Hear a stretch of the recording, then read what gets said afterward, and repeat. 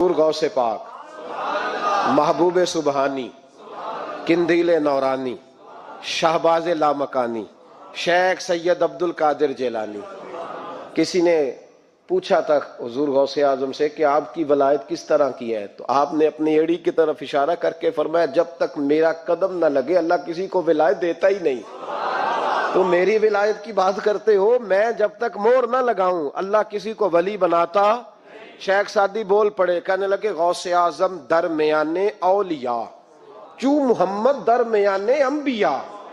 حضور غوث اعظم رضی اللہ تعالیٰ عنہ کا ولیوں میں وہی مقام ہے جو نبی پاک کا نبیوں میں مقام ہے۔ امام الاولیاء سرتاج الاولیاء حضور غوث پاک رضی اللہ تعالیٰ عنہ۔ حضور غوث اعظم رضی اللہ تعالیٰ عنہ فرماتے میں تقریر نہیں کرتا تھا، تعلیم مکمل کر لی بات نہیں کرتا تھا۔ میں کہتا تھا میں کیسے لوگوں کے سامنے واز کروں، کہتے ہیں مجھے خواب میں مصطفیٰ کریم کا دیدار نصیب ہوا۔ محبوب نے فرمایا عبد القادر بات کیوں نہیں کرتے؟ میں نے کہا حضور یہ عربی لوگ ہیں، فصیح و بلیغ ہیں، ہر آدمی بات سمجھتا ہے، تو میں کس طرح اتنے مجمع میں بولوں گا، بڑا مشکل کام ہے، ہر آدمی کی ذہنی سطح کے مطابق کیسے بات کروں گا؟ کہتے ہیں مصطفیٰ کریم نے فرمایا منہ تو کھولو ذرا۔ کہتے ہیں میں نے منہ کھولا تو حضور نے 7 دفعہ لعاب دہن میرے منہ میں ڈال دیا۔ فرمایا اب تو بولتے جانا اور میری برکتیں تیری مدد کرتی جائیں گی۔ آپ فرماتے ہیں اگلی شام میں سویا تو مولا علی شیر خدا بھی آ گئے، تو فرمانے لگے عبد القادر منہ کھول نہ بیٹا تو میرا بھی ہے۔ کہتے ہیں میں نے منہ کھولا تو حضرت علی نے 6 دفعہ لعاب دہن ڈالا۔ میں نے کہا حضور آپ نے 6 دفعہ ڈالا ہے، تو خواب میں حضرت علی فرماتے ہیں، کہتے ہیں بیٹے میں نبی پاک کے برابر تو نہیں نہ ہو سکتا، میں نبی پاک کے برابر، حضور نے 7 دفعہ ڈالا ہے تو 6 دفعہ اس لیے ڈالا کہ میں حضور کے برابر۔ صحابہ تو خواب میں بھی آ کے کہتے ہیں ہم نبی کے برابر نہیں، تو کیسے نبی کے برابر بن گیا؟ وہ تو خواب میں بھی آ کے کہتے ہیں کہ ہم حضور کے برابر ہیں، تو زندگی میں دعوے کرتا پھرتا ہے۔ حضور غوث اعظم فرماتے ہیں بس پھر چھوٹی سی مسجد اور اس میں نے تقریر شروع کی، میں اکیلا ہی چلا تھا جانب منزل مگر، پھر لوگ ملتے ہی گئے، پھر کارواں بنتا گیا۔ فرماتے ہیں چھوٹی سی مسجد، پھر مسجد بڑی ہوئی، پھر مجمع بڑھ گیا۔ فرماتے ہیں پھر جامع مسجد، پھر مجمع وہاں بھی کم پڑ گیا، پھر بغداد کی عیدگاہ وہ بھی بھر گئی تو صحرا میں جا کے خیمے لگ گئے۔ کہتے ہیں تقریر ہوتی تو ہزاروں کا مجمع، ہزاروں کا۔ ملا علی قاری کہتے ہیں غوث اعظم کے اجتماع میں 70 ہزار لوگ شریک ہوتے تھے، ہزاروں علماء کاغذ قلم لے کے بیٹھے ہوتے تھے کہ غوث پاک جو باتیں بیان کریں گے تفسیری نقطے ہم نے نوٹ کرنے۔ اور حضور غوث اعظم کو اللہ نے یہ کمال دیا تھا، کمال، یہ آپ کی کرامت تھی کہ بغیر سپیکر کے بولتے تھے، جیسی سمجھ پہلے والے کو آتی تھی ویسی آخری والے کو آیا کرتی تھی۔ آج نا کرامت کی بات آتی ہے تو بندے چھپنے لگ جاتے ہیں، کہتے ہیں نہیں یہ نہیں ہو سکتا، بڑا مدافعانہ سا عمل، بڑا شرمندہ سا لب بولا جا جی وہ غوث پاک۔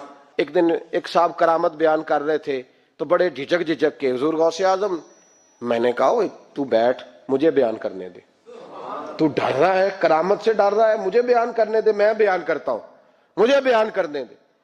ملا علی قاری علیہ رحمہ نے لکھا ہے، دیگر بہت سارے لوگوں نے لکھا ہے، غوث اعظم خطبہ دے رہے تھے، تقریر کر رہے تھے، اچانک ہاتھ آگے بڑھایا تو یہاں تک ہاتھ بھیگ گیا غوث اعظم کا۔ ہاں کھول کے دیکھے، کھول کے بات کر رہا ہوں، ہاتھ یہاں تک بھیگ گیا۔ مرید کہتے ہم نے پوچھا حضور پانی بھی کوئی نہیں، ہاتھ بھیگ گیا۔ میں چپ کر کے سبق پڑھو، شاگردوں کو پڑھا رہے، چپ کر کے سبق پڑھو۔ تھوڑی دیر گزری، چند گھنٹے تو ایک قافلہ آ گیا، سارے لوگ پانی میں بھیگے ہوئے ہیں۔ حضور غوث اعظم کے سامنے کھڑے ہوئے، کہا حضور آپ نے بڑی کرم نوازی فرمائی، بڑی کرم نوازی۔ وہ شاگرد کہنے لگے ہوا کیا؟ تو وہ لوگ کہنے لگے کشتی میں بیٹھے تھے تو کشتی ڈوبنے لگی، ہم نے کہا یا شیخ عبد القادر جیلانی خدا کے فضل سے ہم پر ہے سایہ غوث اعظم کا، ہمیں دونوں جہاں میں ہے سہارا غوث اعظم کا۔ کہتے ہیں حضور غوث اعظم نے وہاں بیٹھے ہاتھ لگایا اور ڈوبتی کشتی کو باہر نکال لیا، اور ڈرنے لگے، کہنے لگے جناب یہ کرامت لوگ نہیں مانیں گے۔ تو میں کہا جنہیں نہیں مننا نہ مننے۔ ایک عیسائی مسلمان دونوں جھگڑا کر رہے ہیں، غوث اعظم گزر رہے ہیں، جھگڑا ہو رہا ہے۔ عیسائی مسلمان سے کہتا ہے ہمارے نبی عیسیٰ علیہ السلام نے مردے زندہ کیے، تمہارے نبی نے بھی کو کیا تو بتاؤ۔ مسلمان پڑھا ہوا نہیں تھا،